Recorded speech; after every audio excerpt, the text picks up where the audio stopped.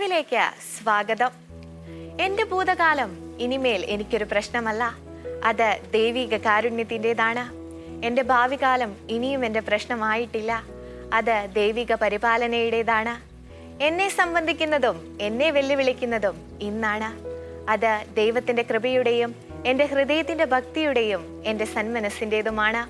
വിശുദ്ധ Francis D സാലസിൻ്റെ ഈ വാക്കുകൾ ശ്രവിച്ചുകൊണ്ട് നമുക്ക് നിറവാരംഭിക്കാം. റിയ ജോർജ് ആലപിക്കുന്ന ഈശോ നീ എന്നുള്ളിൽ വാ എന്ന ഗാനമാണ് ആദ്യം.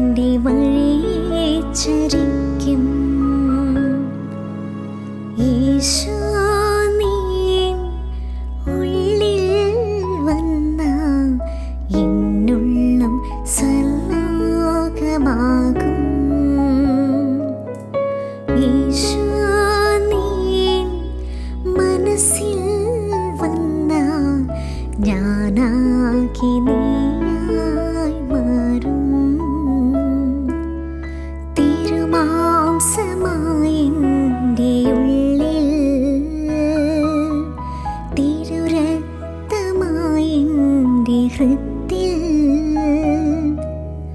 തിരുജീവനേകുന്ന കരുണാമയ എന്നിൽ തിരുഭോജ്യമായി നീ വരൂ. യേശു നീ ഉള്ളിൽ വന്ന എന്നുള്ളം സ്വലോകമാകും.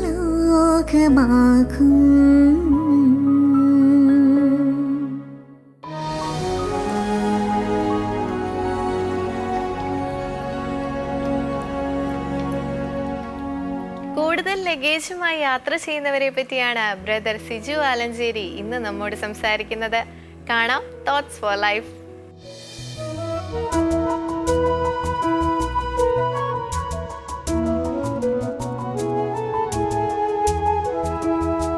പ്രിയപ്പെട്ടവരെ, ഇന്ന് നിങ്ങളെ വ്യത്യസ്തമായ ഒരു യാത്രയിലേക്ക് ഞാൻ കൂട്ടിക്കൊണ്ടു പോവുകയാണ്.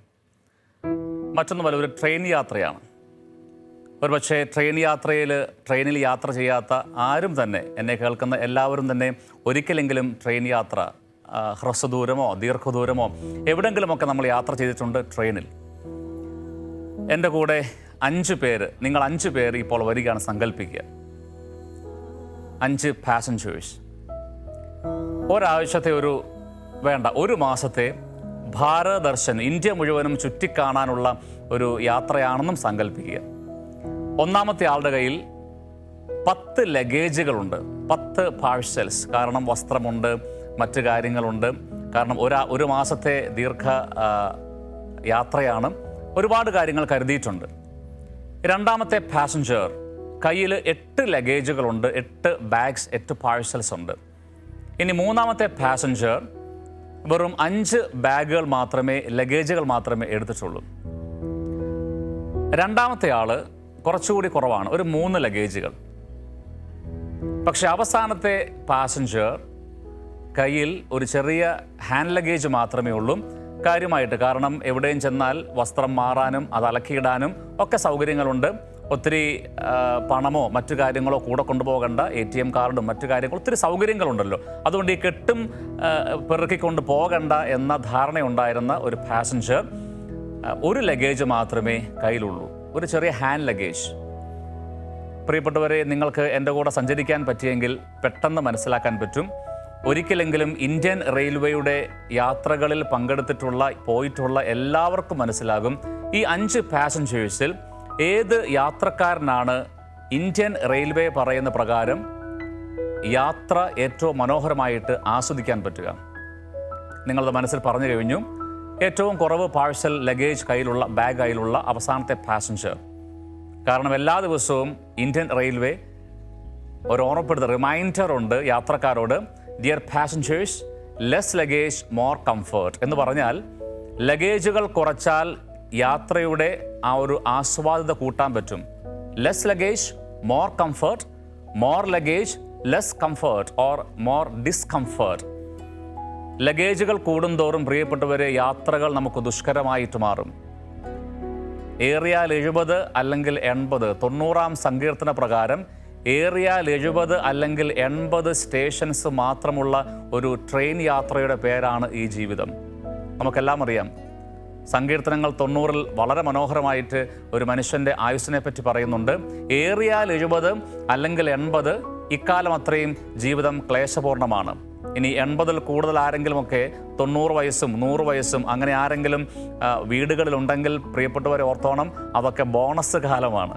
ബോണസ് ആഘോഷിക്കാനുള്ള, മറ്റുള്ളവർക്ക് അതൊരാഘോഷമാക്കാനുള്ള ഒരു 80-ന് മുകളിലൊക്കെയുള്ള ജീവിതങ്ങൾ പ്രിയപ്പെട്ടവരെ ദൈവം കനിഞ്ഞ് നൽകിയിരിക്കുന്ന ചില ബോണസുകളൊക്കെയാണ്. അത് ഏറ്റവും സന്തോഷത്തോടെ ആഘോഷമായിട്ട് ആസ്വദിക്കുക, കൂടെയുള്ളവരെയും അതിൻ്റെ കൂടെ ചേർക്കുക. പക്ഷെ സ്വാഭാവികമായിട്ടും പറഞ്ഞാൽ ഏറിയാൽ 70 അല്ലെങ്കിൽ 80, ലൈഫ് ഈസ് ടു ഷോർട്ട്. ഞാൻ പറഞ്ഞത്, നിങ്ങളുടെ ഏറ്റവും അടുത്തുള്ള റെയിൽവേ സ്റ്റേഷൻ, നിങ്ങളിപ്പോൾ എന്നെ കേൾക്കുന്ന നിങ്ങളുടെ സ്ഥലവുമായിട്ട്, നിങ്ങളുടെ വീടുമായിട്ട് ഏറ്റവും അടുത്തുള്ള നിയറസ്റ്റ് റെയിൽവേ സ്റ്റേഷൻ മനസ്സിൽ സങ്കല്പിക്കുക. അവിടെ നിന്ന് എണ്ണിത്തിട്ടപ്പെടുത്തിയാൽ നമ്പർ 1, നമ്പർ 2, 3, 4 അങ്ങനെ എണ്ണിയെടുക്കാവുന്ന 70 അല്ലെങ്കിൽ 80 സ്റ്റേഷൻസ് കഴിയുമ്പോൾ താനേ നിലച്ചു പോകുന്ന ഒരു യന്ത്രത്തിൻ്റെ, ഒരു ട്രെയിനിൻ്റെ പേരാണ് നമ്മുടെ ഈ ജീവിതം. അതുകൊണ്ട് ഞാൻ പറയാൻ ആഗ്രഹിച്ചത്, ഇത്രയും ചെറിയ ജീവിതത്തിൽ ഇത്രയും വലിയ ലഗേജുകളൊന്നും കെട്ടിപ്പിടിച്ചുകൊണ്ട് പോകരുത്. സൈക്കോളജിയിൽ, മാനേജ്മെൻറ്റിൽ അറിയപ്പെടുന്ന ഒരു ഓഥറുണ്ട്. വളരെ പ്രശസ്തനായ ഒരു മോട്ടിവേഷൻ സ്പീക്കറാണ് ആന്റണി റോബിൻസ്. അദ്ദേഹത്തിൻ്റെ ഏറ്റവും കൂടുതൽ ഗ്രന്ഥങ്ങൾ എഴുതപ്പെട്ടത് ഇമോഷണൽ ഇൻ്റലിജൻസ് എന്ന ആ ഒരു കാറ്റഗറിയിലാണ്. അതുപോലെ തന്നെ ഡാനിയൽ ഗോൾമൻ, ഇവരൊക്കെ ഇമോഷണൽ ഇൻ്റലിജൻസിൻ്റെ എക്സ്പേർട്സാണ്. പ്രത്യേകിച്ചും ആന്റണി റോബിൻസൺ പറയുന്ന ജീവിതത്തിൻ്റെ സന്തോഷം, സമാധാനം കെടുത്തിക്കളയുന്ന ഈ ഒരു ട്രെയിൻ യാത്രയുടെ, ഈ ഒരു മനോഹരമാകാൻ ദൈവം അനുവദിച്ച ഈ യാത്രയുടെ സന്തോഷവും സമാധാനവും അതിൻ്റെ ആ ഒരു ആസ്വാദ്യമൊക്കെ നഷ്ടപ്പെടുന്ന ചില ലഗേജുകളുണ്ട്. അതിൻ്റെ പേരാണ് ഇമോഷണൽ ലഗേജസ്. ഞാൻ നിങ്ങളുമായിട്ട് പങ്കുവയ്ക്കുന്ന 2-3 പ്രധാനപ്പെട്ട ലഗേജസ്. ഏറ്റവും പ്രധാനപ്പെട്ട ഒരു ഇമോഷണൽ ലഗേജാണ് കുറ്റബോധം, ഗിൽറ്റി കോൺഷ്യസ്. ഇന്ന് വ്യക്തികളെയും കുടുംബങ്ങളെയും സമൂഹത്തെയും മാതാപിതാക്കന്മാരെയും എല്ലാ തുറകളിലുമുള്ള നാനാവിധത്തിലുള്ള മനുഷ്യരെ, വ്യക്തികളെ തകർത്ത് കളയുന്ന ഒരു വലിയ വില്ലൻ, ഒരു വലിയ ഇമോഷണൽ ലഗേജാണ് കുറ്റബോധം. നിങ്ങൾക്ക് കുറ്റബോധമുണ്ടോ എന്നറിയാൻ ഒരു ആസിഡ് ടെസ്റ്റ് ഉണ്ട്. നിങ്ങൾ ഇന്നലെയാണോ ജീവിക്കുക, ഇന്നാണോ ജീവിക്കുക എന്ന് പറഞ്ഞാൽ, ഇന്ന് ജീവിക്കുമ്പോഴും ഇന്നലകളിൽ ജീവിക്കുന്ന ചില ജീവിതങ്ങളുണ്ട്. ഞാൻ തോറ്റുപോയി, ഞാൻ പറഞ്ഞുപോയി, ഞാൻ പരാജയപ്പെട്ടു പോയി, ഞാൻ കാരണമാണ്, ഇതെൻ്റെ മണ്ടൻ തീരുമാനമാണ്, ഞാനാണ് കാരണം. ഇതുപോലെ ഇന്നുകളിൽ ജീവിക്കുന്നുണ്ടെങ്കിലും ഇന്നലകളിലാണ് അവരുടെ ജീവിതം. ഇതാണ് പ്രിയപ്പെട്ടവരെ കുറ്റബോധമുണ്ടോ എന്നറിയാനുള്ള ഏറ്റവും പ്രധാനപ്പെട്ട ഒരു ടെസ്റ്റാണ്. നിങ്ങൾ ഇന്നലകളിൽ ജീവിക്കുന്ന ഒരു മനുഷ്യനാണോ? Be pleasant at present in the very presence of God. ഇതാണ് healing. Be pleasant at present in the very presence of God. ഇതാണ് ഹീലിംഗ്. അല്ലാതെ ഇന്നലകളിൽ ജീവിക്കാൻ, ഇന്നലകളുടെ ചില നീറുന്ന ഭാണ്ഡക്കെട്ടുകളുമായി മുൻപോട്ട് പോകേണ്ട വ്യക്തികളല്ല നമ്മൾ. നമുക്കെല്ലാം അറിയാം. ലോത്തിനോട് പറഞ്ഞു, ഭാര്യയോട് പറഞ്ഞു, പുറകോട്ട് നോക്കരുത്, മുൻപോട്ട് ഓടണം. കാരണം പുറകിൽ ചില കാര്യങ്ങൾ ഞാൻ ചെയ്യാൻ പോവുകയാണ്. അതുകൊണ്ട് നശിപ്പിക്കപ്പെടുന്ന ഈ ഒരു തലമുറയിൽ നിന്നും, ഈ ഒരു നഗരത്തിൽ നിന്നും നിങ്ങളെ ഞാൻ വേർതിരിച്ചു. പക്ഷേ പുറകോട്ട് നോക്കരുത്, മുൻപോട്ട് നോക്കി ഓടണം. പ്രിയപ്പെട്ടവരെ, ദൈവം മുൻപോട്ട് നോക്കി ഓടാൻ പറഞ്ഞാൽ പിന്നെ പുറകോട്ട് നോക്കാൻ നമുക്ക് അവകാശമില്ല. പക്ഷേ ലോത്തിൻ്റെ ഭാര്യ മണ്ടത്തരം കാണിച്ചു. വചനം പറയുന്നു, അവൾ ഉപ്പുതൂണായിട്ട് മാറി. എന്താണ് അതിൻ്റെ ഒരു സാങ്കത്യം? എന്താണ് അതിൻ്റെ ഒരു അർത്ഥം? എന്താണ്? ഇന്നലകളിലേക്ക്, ചില പരാജയങ്ങളിലേക്ക്, സങ്കടങ്ങളിലേക്ക്, നമ്മൾ നോക്കാൻ പാടില്ലാത്ത ചില യാഥാർത്ഥ്യ ബോധങ്ങളിലേക്ക് വീണ്ടും വീണ്ടും ദൈവം പറയുന്നു മുൻപോട്ട് പോവുക, നോക്കരുത്. പക്ഷെ നമ്മുടെ മനസ്സ് പറയുന്നു നോക്കണം. നോക്കിയാൽ പ്രിയപ്പെട്ടവരെ, നമുക്ക് ചിരിക്കാൻ പോലും പറ്റില്ല, ചിരിക്കാൻ പോയിട്ട് ചലിക്കാൻ പോലും പറ്റില്ല. ഇതാണ് കുറ്റബോധം. ഒരുപാട് വ്യക്തികളെ, ഒരുപാട് ചെറുപ്പക്കാരെ, ഒരുപാട് യങ് കപ്പിൾസിനെ, ഒരുപാട് ഫാമിലീസിനെ ഈ ഒരു ഇന്നലകളിലെ ചില മണ്ടത്തരങ്ങൾ, ഇന്നലകളിലെ ചില പരാജയങ്ങൾ, ഇന്നലകളിലെ ചില മിസ്റ്റേക്സ് ഒക്കെ ഇങ്ങനെ വരിഞ്ഞു മുറുക്കി അവരെ ഒരുപാട് അസ്വസ്ഥപ്പെടുത്തുന്നുണ്ട്. അതുകൊണ്ട് ഇന്നിൽ ജീവിക്കാൻ പറ്റുന്നില്ല, നാളുകളിലേക്ക് ഒന്നും സ്വപ്നം കാണാൻ പറ്റുന്നില്ല.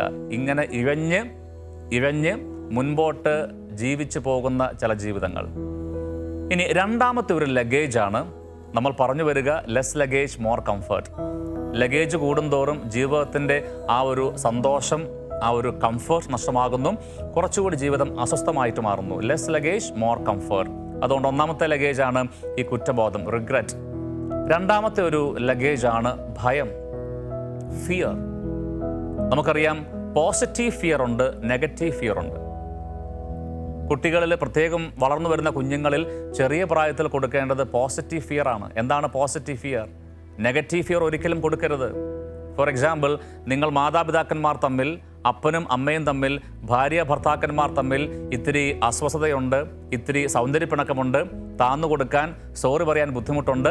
അങ്ങനെ കുടുംബജീവിതത്തിലെ ഭാര്യയുടെയും ഭർത്താവിൻ്റെയും ചില അസ്വസ്ഥതകൾ മക്കളിലേക്ക് എത്തുന്നുണ്ടെങ്കിൽ അത് കണ്ടും കേട്ടും അതിൻ്റെ ചില മാനസികമായ, ശാരീരികമായ ശിക്ഷകൾ പോലും, അതിൻ്റെ ചില പരിഹാസങ്ങളും പീഡനങ്ങളുമൊക്കെ ഏൽക്കേണ്ടി വരുന്ന കുഞ്ഞുങ്ങൾ ഏതെങ്കിലുമൊക്കെ വീട്ടിലുണ്ടെങ്കിൽ ആ കുഞ്ഞുങ്ങൾക്ക് നിങ്ങൾ കൊടുക്കുക നെഗറ്റീവ് ഫിയർ ആണ്. അവർ കുടുംബത്തെ പോലും വെറുത്തു പോകും. മാതാപിതാക്കന്മാരെ അവർക്കനുസരിക്കാനോ സ്നേഹിക്കാനോ ബഹുമാനിക്കാനോ പറ്റാത്ത രീതിയിൽ ഒരകൽച്ചയും ഒരു അജിറ്റേഷനും ഒരു വെറുപ്പും ഉണ്ടാകും. അതൊരിക്കലും ഉണ്ടാക്കരുത്. അതാണ് നെഗറ്റീവ് ഫിയർ. ഇനി എന്താണ് പോസിറ്റീവ് ഫിയർ?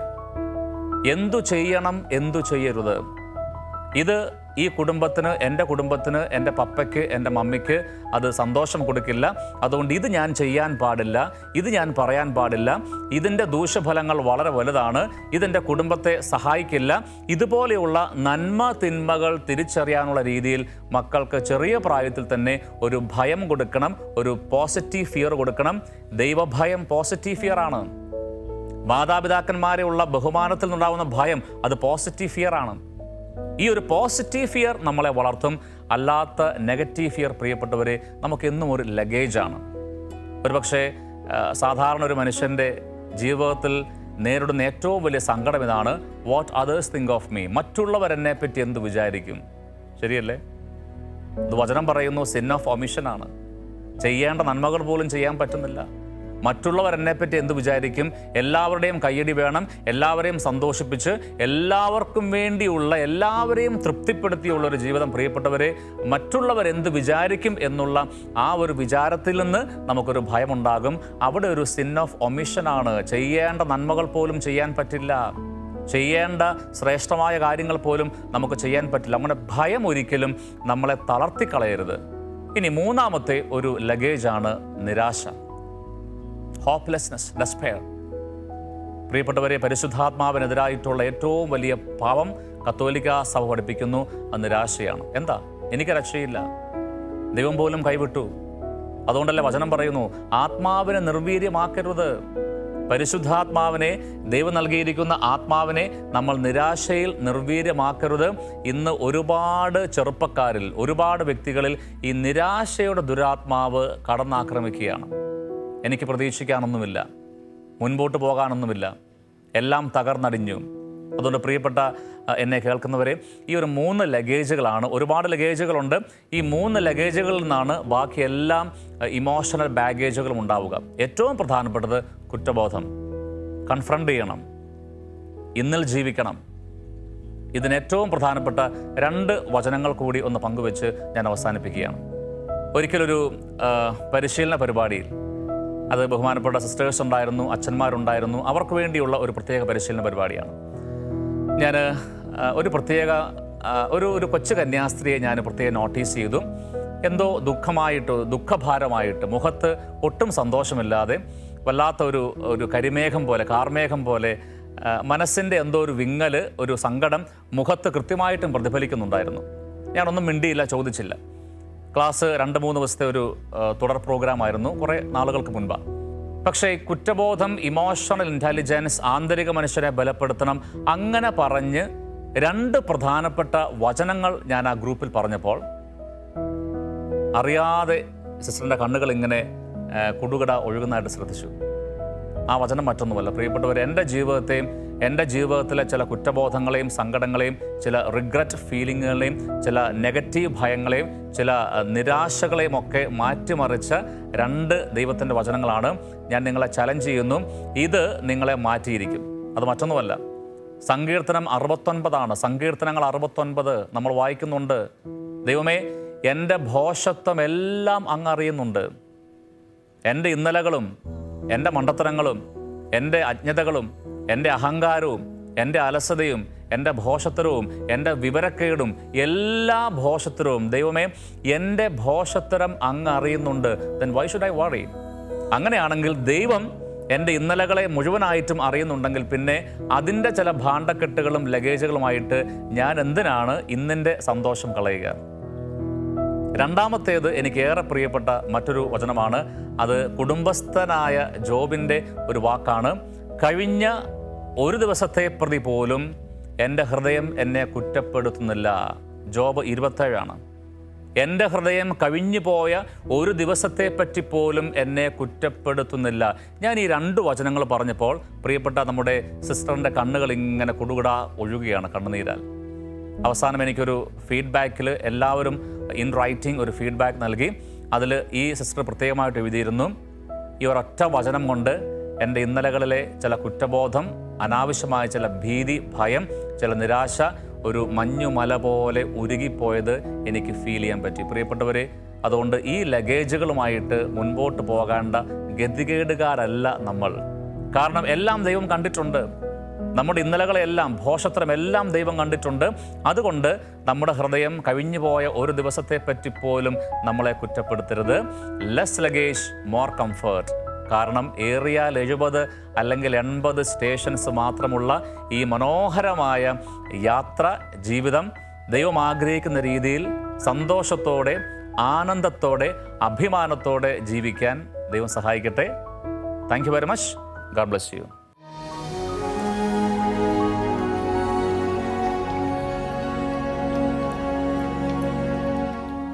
പോസിറ്റീവ് വൈബ്സുമായി നിഷ ചേച്ചി റെഡിയാണ്. ഇന്ന് എന്താണ് ചേച്ചി നമുക്കായി ഒരുക്കി വെച്ചിരിക്കുന്നത് എന്ന് കാണാം.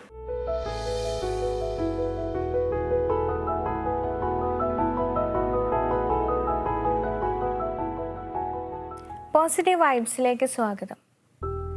തോമസ് ആൽവ എഡിസന്റെ ജീവിതത്തിൽ രേഖപ്പെടുത്തിയിട്ടുള്ള ഒരു സംഭവമുണ്ട്. നമുക്കറിയാം, ലൈറ്റ് ബൾബ് കണ്ടുപിടിച്ചത് എഡിസൺ ആണ്. അതും 1000 തവണ ശ്രമിച്ചതിന് ശേഷമാണ് വിജയകരമായി അദ്ദേഹം ആ ദൗത്യം പൂർത്തിയാക്കിയത്. ഒരിക്കൽ തൻ്റെ അസിസ്റ്റന്റുകളുടെ എല്ലാം മുൻപിൽ വെച്ച് തൻ്റെ ഓഫീസ് ബോയോട് ഈ ലൈറ്റ് ബൾബ് ടെസ്റ്റ് ചെയ്യാനായി അദ്ദേഹം ആവശ്യപ്പെട്ടു. എല്ലാവരുടെയും മുൻപിൽ വെച്ചായിരുന്നതുകൊണ്ടും ഒരു ഓഫീസ് ബോയ് മാത്രമായിരുന്നതുകൊണ്ടും അവൻ വളരെയധികം നെർവസ് ആയിരുന്നു.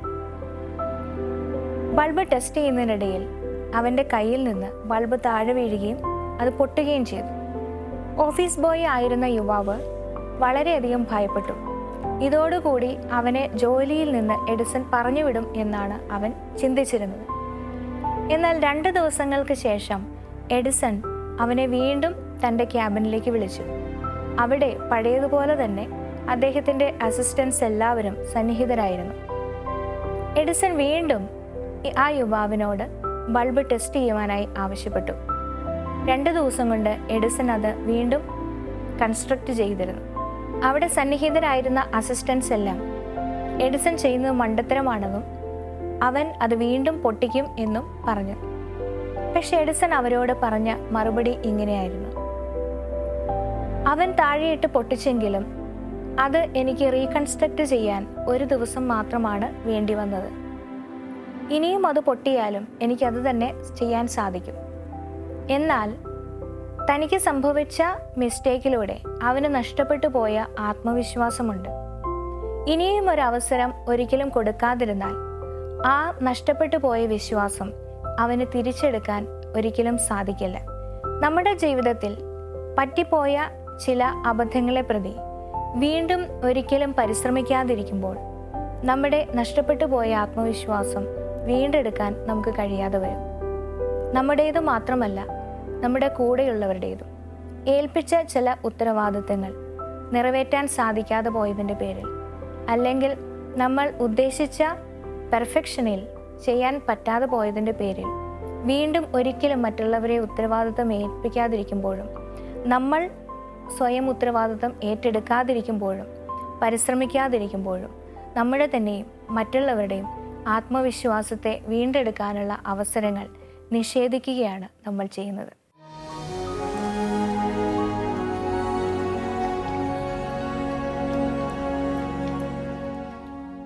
എൻ്റെ ഭൂതകാലം ഇനിമേൽ എനിക്കൊരു പ്രശ്നമല്ല, അത് ദൈവിക കാരുണ്യത്തിൻ്റെതാണ്. എൻ്റെ ഭാവി കാലം ഇനിയും എൻ്റെ പ്രശ്നമായിട്ടില്ല, അത് ദൈവിക പരിപാലനയുടേതാണ്. എന്നെ സംബന്ധിക്കുന്നതും എന്നെ വെല്ലുവിളിക്കുന്നതും ഇന്നാണ്. അത് ദൈവത്തിൻ്റെ കൃപയുടെയും എൻ്റെ ഹൃദയത്തിൻ്റെ ഭക്തിയുടെയും എൻ്റെ സന്മനസ്സിൻ്റെതുമാണ്. വിശുദ്ധ ഫ്രാൻസിസ് ഡി സാലസിൻ്റെ ഈ വാക്കുകൾ ഒരിക്കൽ കൂടി ഓർമ്മിപ്പിക്കുന്നു. ഇന്നത്തെ നിറവ് ഇവിടെ അവസാനിക്കുന്നു. അഭിപ്രായങ്ങൾ അറിയിക്കുമല്ലോ. നാളെ ഇതേ സമയം കണ്ടുമുട്ടുന്നത് വരെ പരസ്പരം പ്രാർത്ഥനയിൽ ഓർക്കാം. ഈശോ മിശിഹായ്ക്ക് സ്തുതിയായിരിക്കട്ടെ.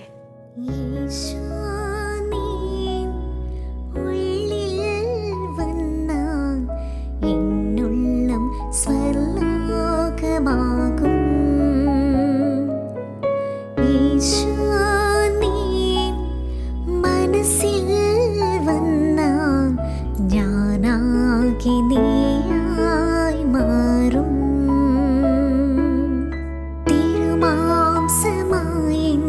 എൻ്റെ